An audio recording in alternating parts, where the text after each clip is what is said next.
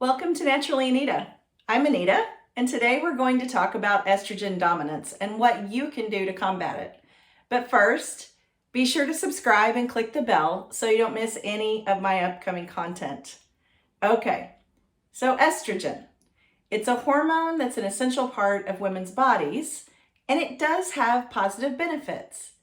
But the problem comes when you have too much of it and your body is no longer balanced. Then you experience problems like estrogen dominance.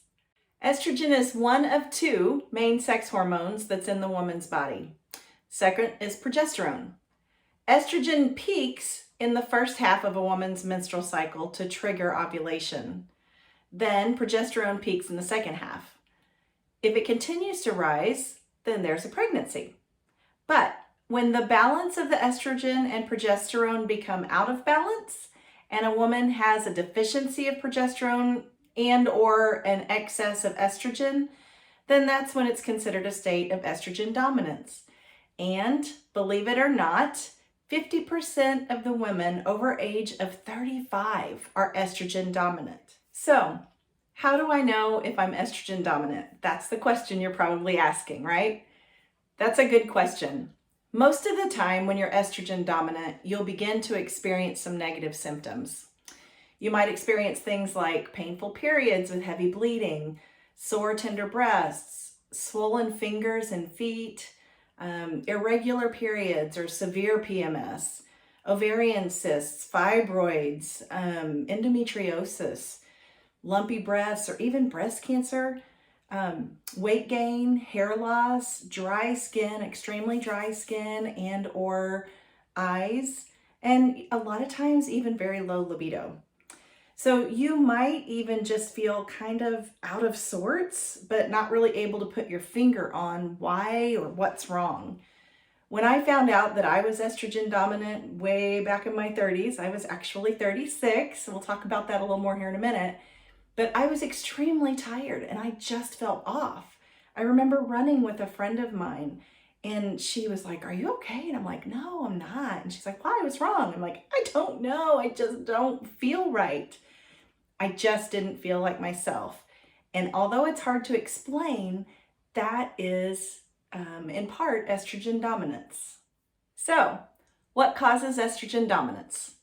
Well, many things, but first, let me introduce you to the enemy, xenoestrogens. Xenoestrogens are everywhere. They're chemicals in cosmetics, personal care products, pesticides, plastic, pollution, and our environment. They are hormone disrupting chemicals, is what they are. When we ingest these chemicals, either through our skin and the products that we use there, or orally, or even environmentally, they act like estrogen in our body, which contributes to the rise of the hormone. The hormones in our body all work together. If your stress is high, it causes your cortisol to go up. Estrogen increases. Eating processed foods can cause estrogen to go up.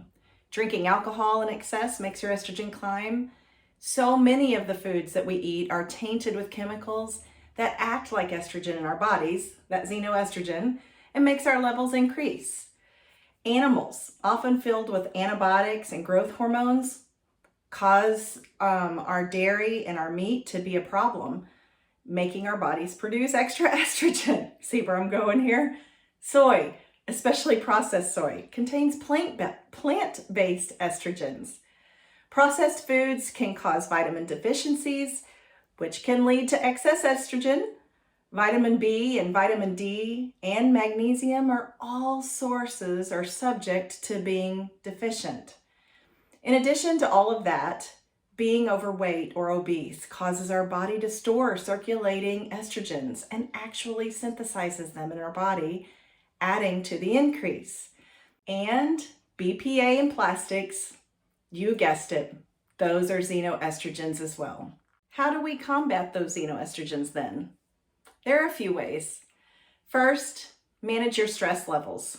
Do you ever burn the candle at both ends? Yep, that's what I thought.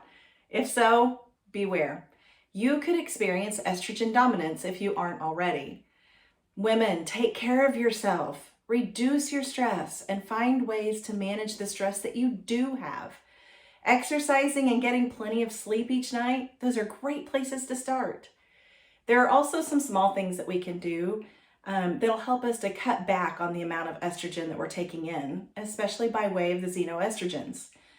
Maximize your food. When I started going through my hormone imbalance issues, one of the things I did was to start researching the connection between hormones and food. As we've already talked about, we know that there are connections there. So I started by removing any high fructose corn syrup from my family's diet. Granted, it was a small first step, but it was a place to start, and I felt like it was huge.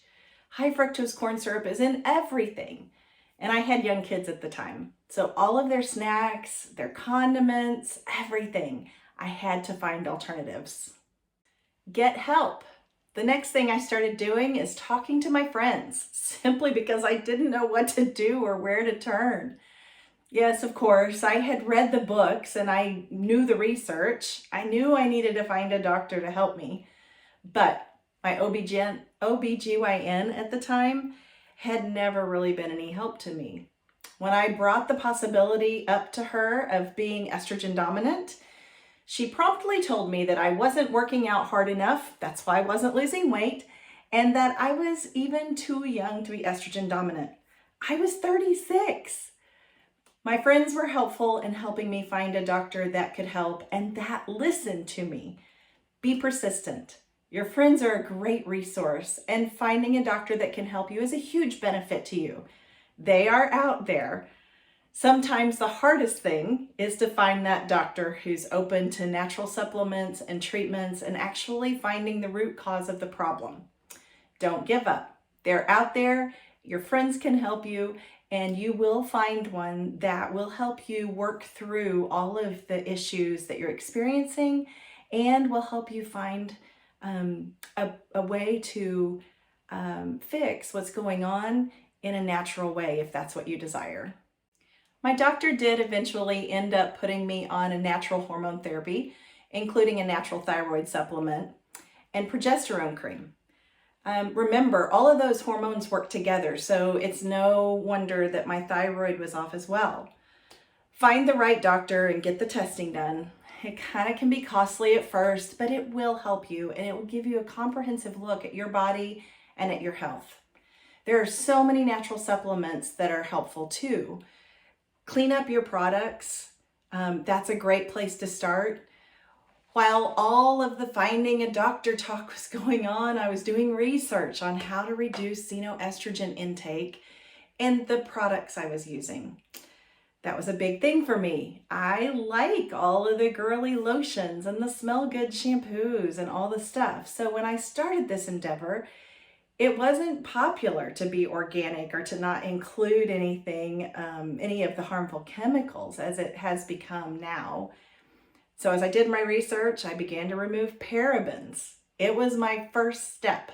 Kind of like the fructose corn syrup, parabens were in everything at the time. The shampoo, the lotions, the makeup, the lipstick, and all the glosses. All the things a girl loves. Once I removed the parabens, I began visiting my local health food store to purchase lotions and shampoo and sunscreen and all the good stuff, right? Remember, regular department stores weren't carrying those types of things yet. It was hard to find that smell good girly lotion from a health food store, trust me. I did eventually find a company that was a godsend at the time.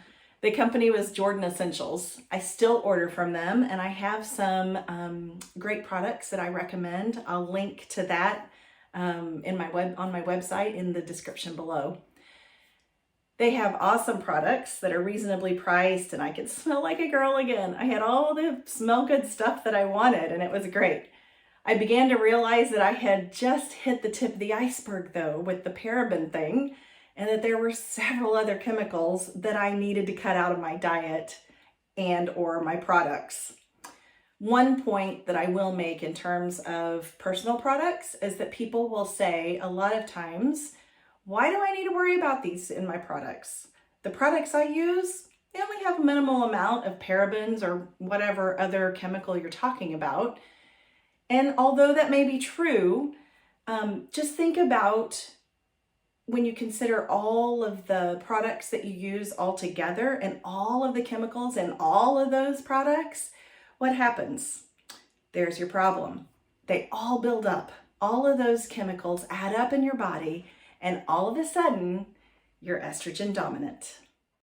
On a side note, hormonal imbalance is often affected by vitamin mineral deficiency as well. I mentioned this earlier just briefly, but magnesium deficiency tends to be a deficiency in many people. In fact, you can go watch this video next. I'll put it up again at the end of the video, at the end of this video too. Clean up your environment. Lastly, working on cleaning up your environment in the way of your cleaning products and your plastics is huge. Plastics are full of chemicals, especially when you heat them. So putting them in the microwave, that plastic in the microwave when you're warming up your lunch, that's not a good thing. That is full of xenoestrogens. Drop the plastics completely if you can, but certainly from being used in the microwave. Find BPA-free. BPA is the big one in plastics. Find BPA-free plastics, and that helps too. And as for your cleaning products, like personal products, there are more natural, clean cleaning products that are out there and easier to find now in department stores. Back in the day, not so much. I made stuff, and you can still do that, but it is very easy to make your own to reduce your estrogen dominance and reduce those xenoestrogens that cause that estrogen dominance. You can find my resource here for that. I'll link it in the description, just like always. Cleaning up your diet, your personal products, your environment, it's a tall order, I know, but it can be done. Be encouraged, take it one day at a time, make small changes, celebrate the baby steps, all the things. And once you've made those small changes and you've successfully incorporated them into your life, then just add another small change. Little by little, you'll become healthier and you'll help your body heal. Thanks for joining me today. If you found this information helpful, please be sure to check out my other content. And don't forget to subscribe and click the bell so you don't miss any upcoming content. Leave me a comment below. Have you struggled with estrogen dominance and what have you done about it? I'd love to talk with you about it. Have a great day.